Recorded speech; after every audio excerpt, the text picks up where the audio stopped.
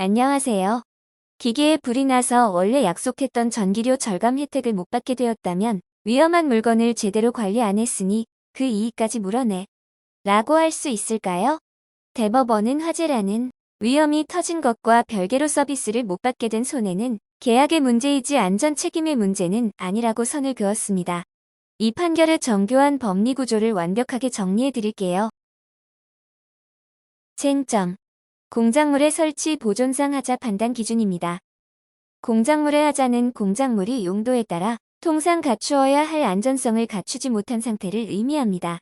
이때 안전성 구비 여부는 공작물을 설치 보존하는 자가 그 공작물의 위험성에 비례하여 사회통념상 일반적으로 요구되는 정도의 방호 조치 의무를 다하였는지를 기준으로 판단해야 합니다.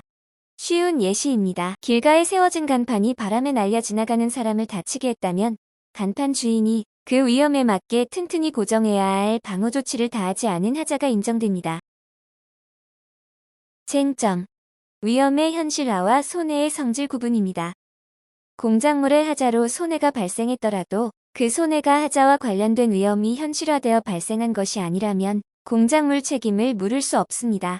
화재 자체는 위험이 현실화된 것이지만 그 화재 때문에 약속된 서비스를 받지 못하게 된 경제적 손해는 그 위험이 직접적으로 야기한 손해가 아니라 계약 불이행에 따른 간접적 손해에 불과합니다. 쉬운 예시입니다.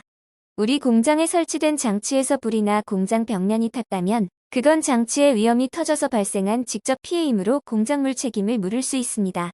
하지만 불이 나서 기계가 멈추는 바람에 원래 받기로 했던 전기료 할인 혜택을 못 받게 된 것은 기계가 위험해서 난 사고의 직접 결과라기보다는 계약 약속이 지켜지지 못한 손해이므로 공작물 책임으로는 받아낼 수 없다는 논리입니다. 쟁점. 선택적 예비적 병합 사건의 파기 범위입니다.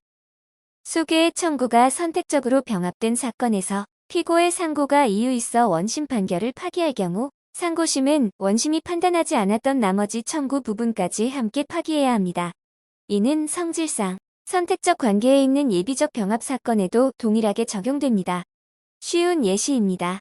A 이유로 돈 줘 아니면 B 이유로 돈 줘라고 두 가지 주장을 했는데 법원이 A만 인정해서 돈을 주라고 했습니다. 그런데 대법원에서 A는 틀렸어라고 한다면 원래 법원이 판단하지 않았던 B 부분까지 다시 다 살펴볼 수 있도록 판결 전체를 다시 재판하라고 돌려보내야 한다는 뜻입니다. 공작물 책임은 물건의 하자가 가진 물리적 위험이 외부로 분출되어 발생한 직접적 피해를 보호합니다.